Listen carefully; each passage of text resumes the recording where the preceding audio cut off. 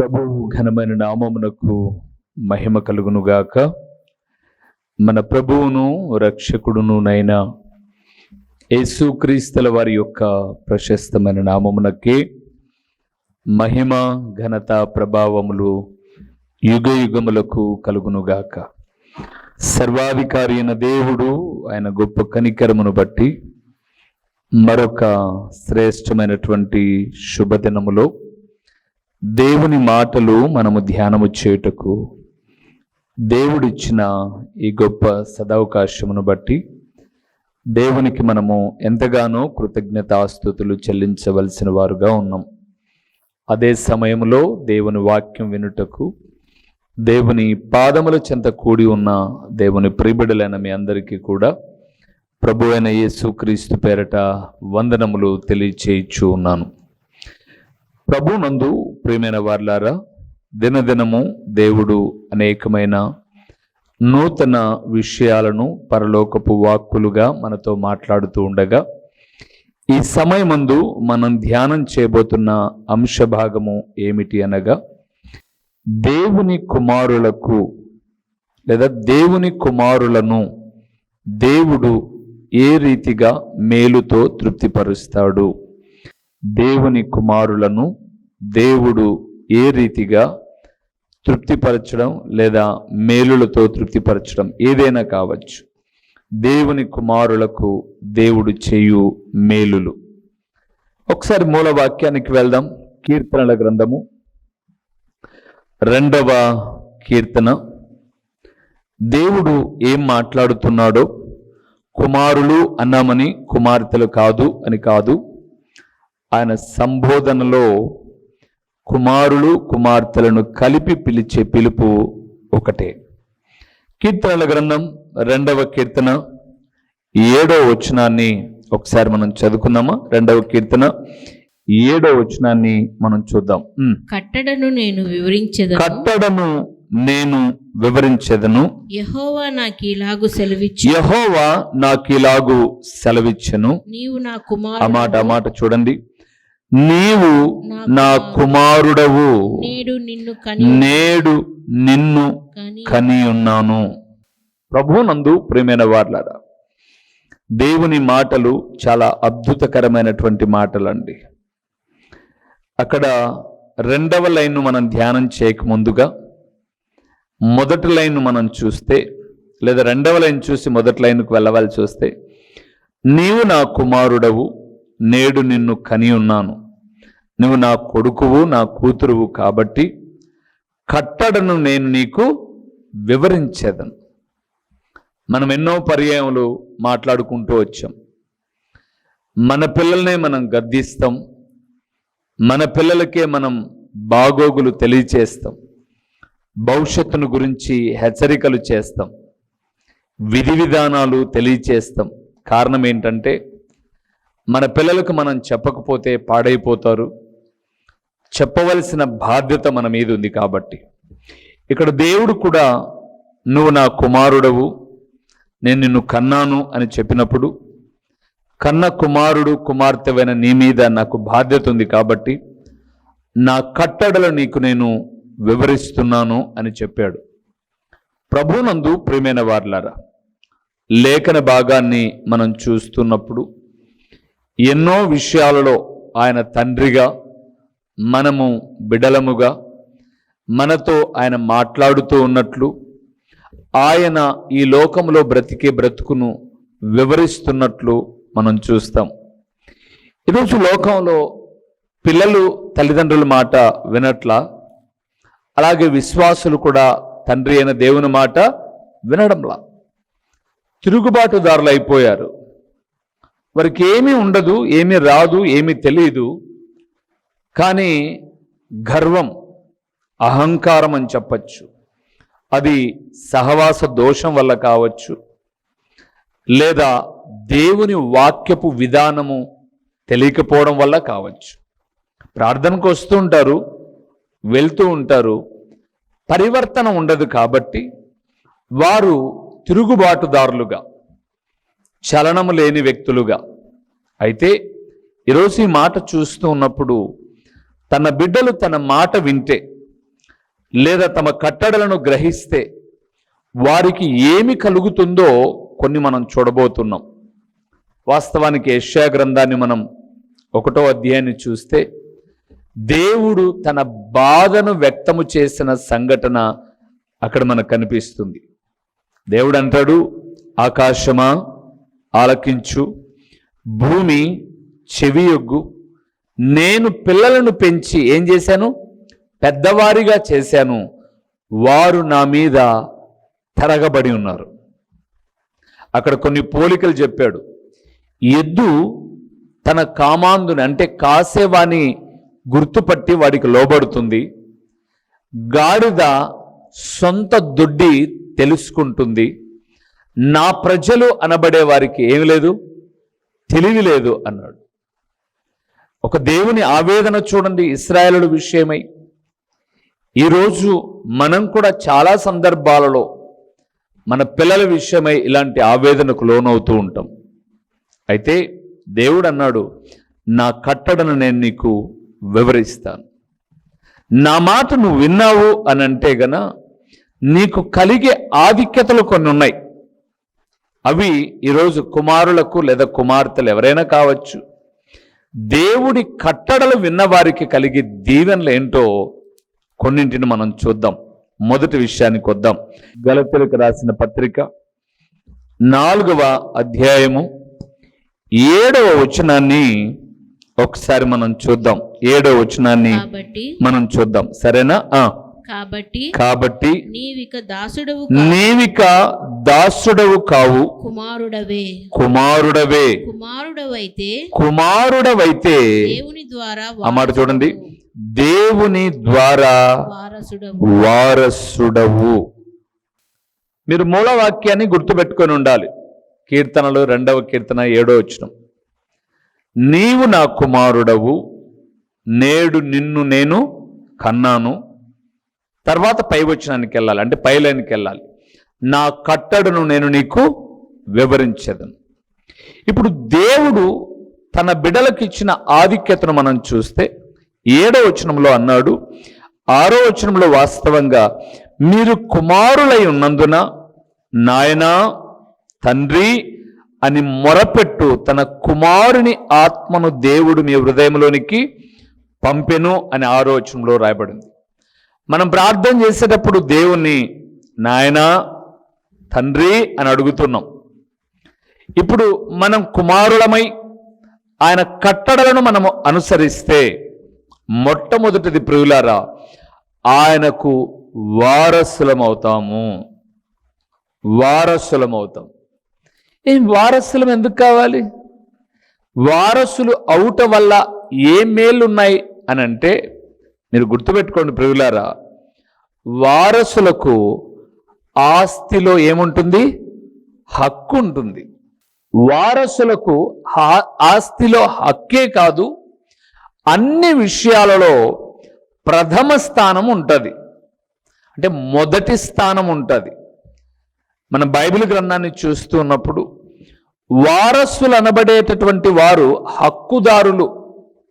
Bible గ్రంథంలో అబ్రహాము కుమారుడైన ఇస్సాకు పుట్టక ముందుగా దేవుడు అబ్రహాము నిన్ను దీవిస్తున్నాను అని అంటే అబ్రహాము అన్నాడు, ఎంత దీవిస్తే ఏం లాభమయ్యా, నా ఇంటి పెద్ద దాసుడైన ఎలియాజరే వారసుడు, నాకు సంతానం లేదు కదా అన్నాడు.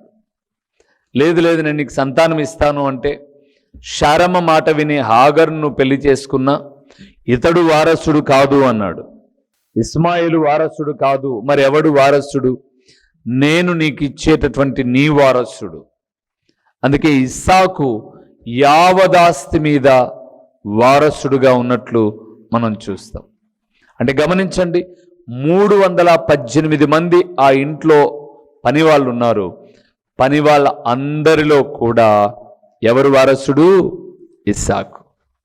ఈరోజు ఈ మాట వింటున్న దేవుని కుమారుడా, నీవు ఆయన కట్టడలను ఆచరిస్తే, ఆయన మాటకు లోబడితే, ఆయన సంపాదించిన పరలోకము, ఆయన ఇచ్చిన సమస్తమైన ఈవులలో నీకు వారసత్వపు హక్కు ప్రభు అయిన యేసుక్రీస్తు ద్వారా కలుగుతుంది.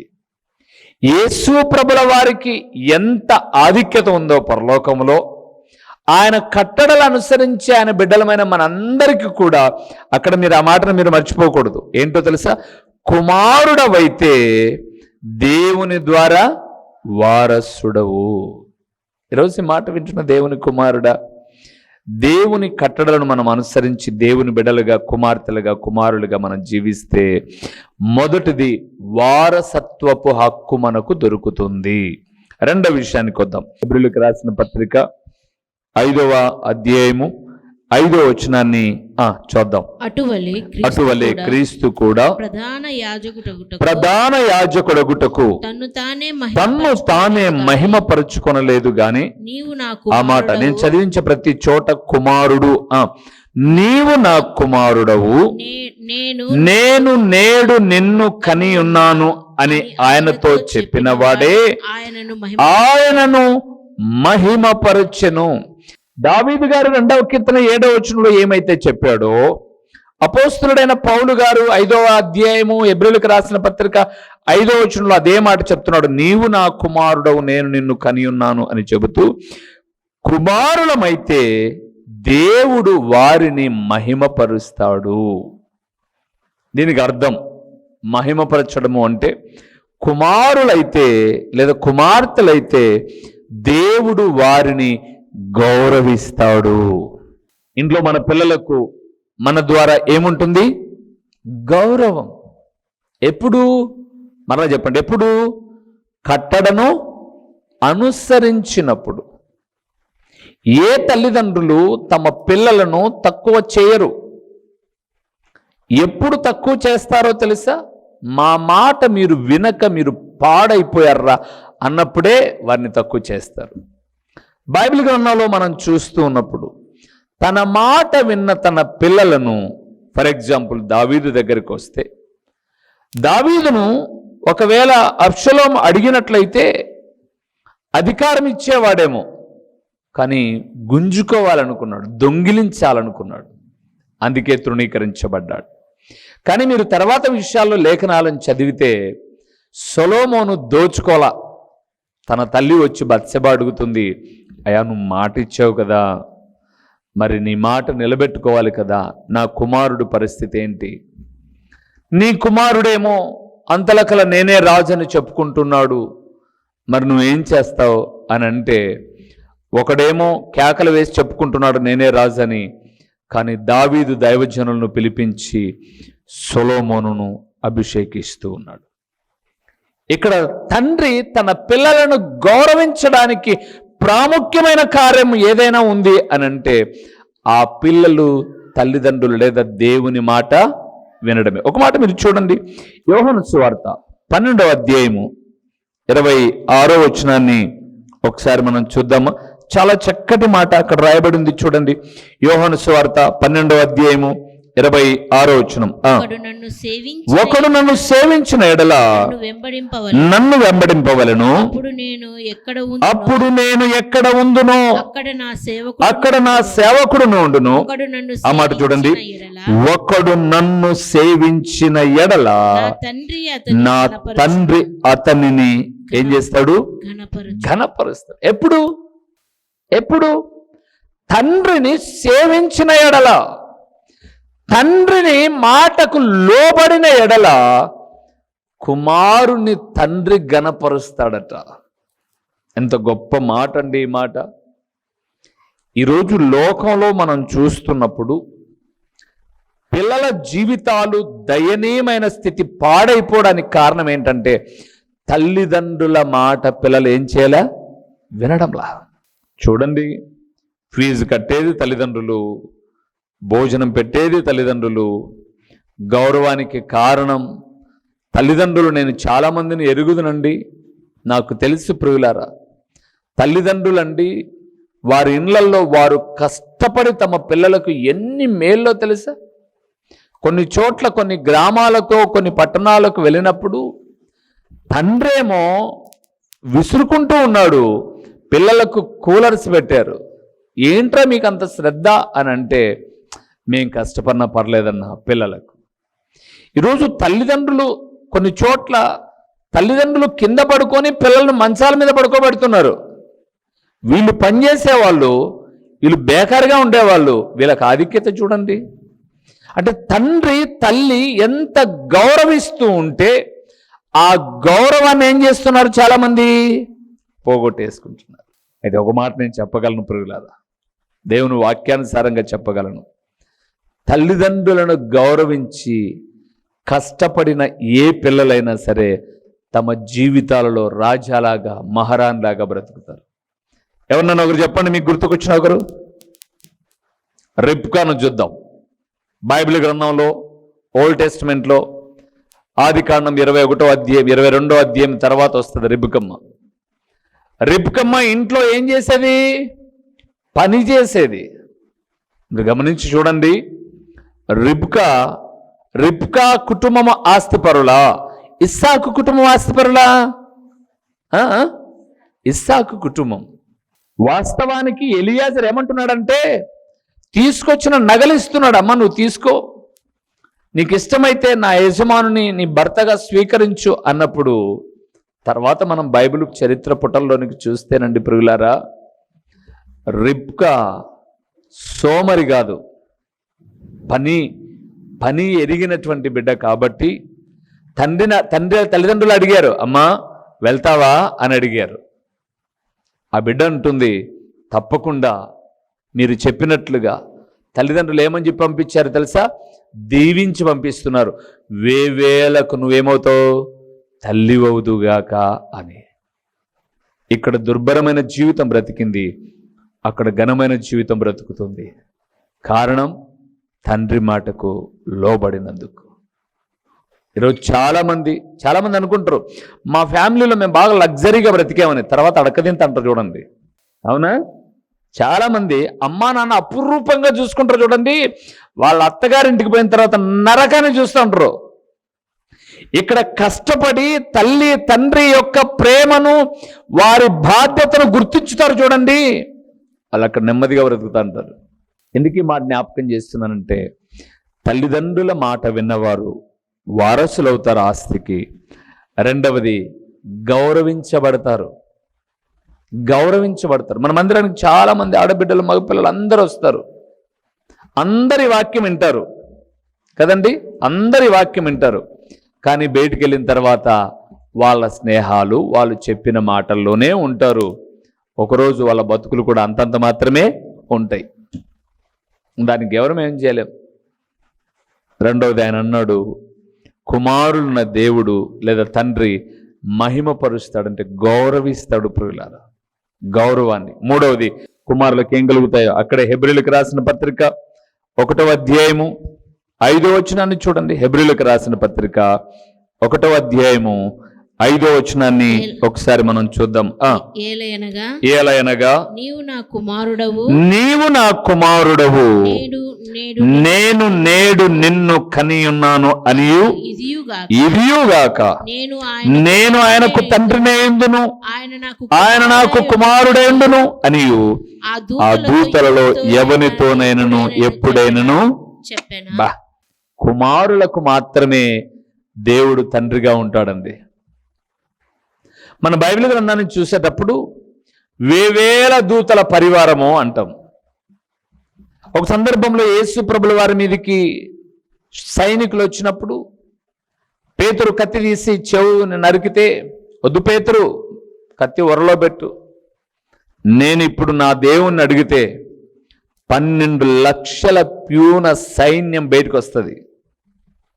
ఒక్కొక్క దూత దగ్గర ఎన్ని వేల మందో అక్కడ రాయబడింది. నేను అడగలేనా? వద్దు, నాకు దేవుడు చెప్పాడు, నేను చేయాలి అన్నాడు. నేను ఇక్కడ ఏం మాట్లాడుతున్నానంటే, నిత్యము దేవదూతలు యెషయా గ్రంథం 6వ అధ్యాయంలో ఎగురుతూ పరిశుద్ధుడు పరిశుద్ధుడు పరిశుద్ధుడు అని మహిమపరుస్తూ ఉన్నాయి. అయితే దూతలకు నేను తండ్రిని అని దేవుడు చెప్పట్లా. దూతలకు తండ్రి కాదు ఆయన, దూతలు ఆయన సేవకులు, దట్స్ ఆల్. కానీ మనకైతే తండ్రిని అని సంబోధించుకున్నాడు. ఇప్పుడు చెప్పండి, దూతల గొప్పనా మనం గొప్పనా? ఎంత గొప్ప దేవుడండి. అందుకే తండ్రి కుమారులమైతే ఆయన మనకు తండ్రిగా ఉన్నాడు. మనల్ని బిడలుగా పోల్చుకొని మన బాధ్యతలను మోసేటటువంటి దేవుడుగా ఉన్నాడు. ఈరోజు ఈ మాట వింటున్న దేవుని కుమారుడా, కుమార్తె, నువ్వు నిజంగా ఆయన వారసత్వానికి హక్కు పొందుకోవడానికి ఆయన చెప్పినట్టు వింటున్నావా లేదా? రెండవది, ఆయన చెప్పినట్టు నువ్వు వింటే నీకు గౌరవం వస్తుంది. ఖచ్చితంగా గౌరవం. తల్లిదండ్రులు అంటారు చూడు, రేయ్ బాగా చదువురా, లేరా చదువురా, అమ్మాయి లే చదువు అని అంటారు చూడండి. అప్పుడు వీళ్ళ కళ్ళు కనపరావు, చెవులు వినపరావు.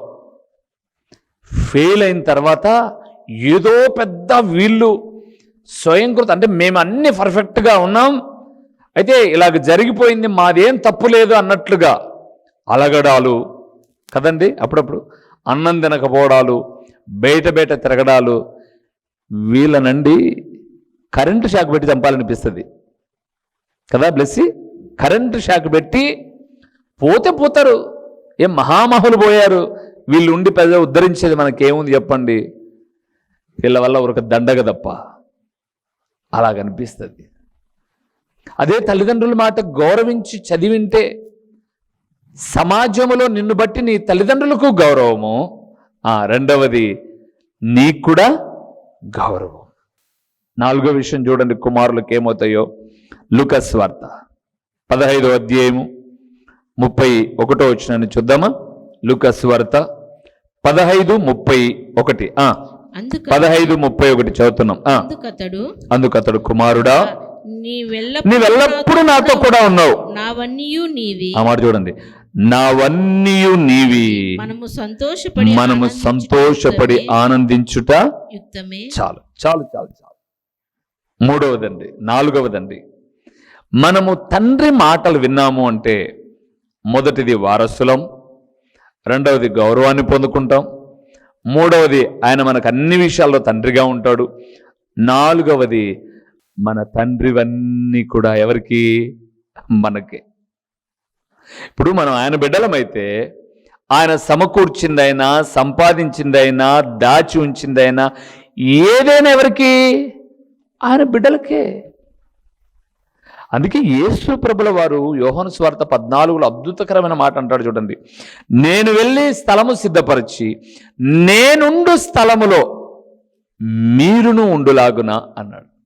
అంటే దేవుడు ఎక్కడైతే ఉండాలని కోరుకున్నాడో అక్కడ మనం కూడా ఉండడం. అందుకే పెద్ద కుమారుడితో అంటున్నాడు తండ్రి, రే ఎందుకురా బాధపడతావు, నా భాగం అంతా కూడా ఎవరికి? నీకే. ఎందుకంటే నువ్వు నా మాట వినే కొడుకు నాయన.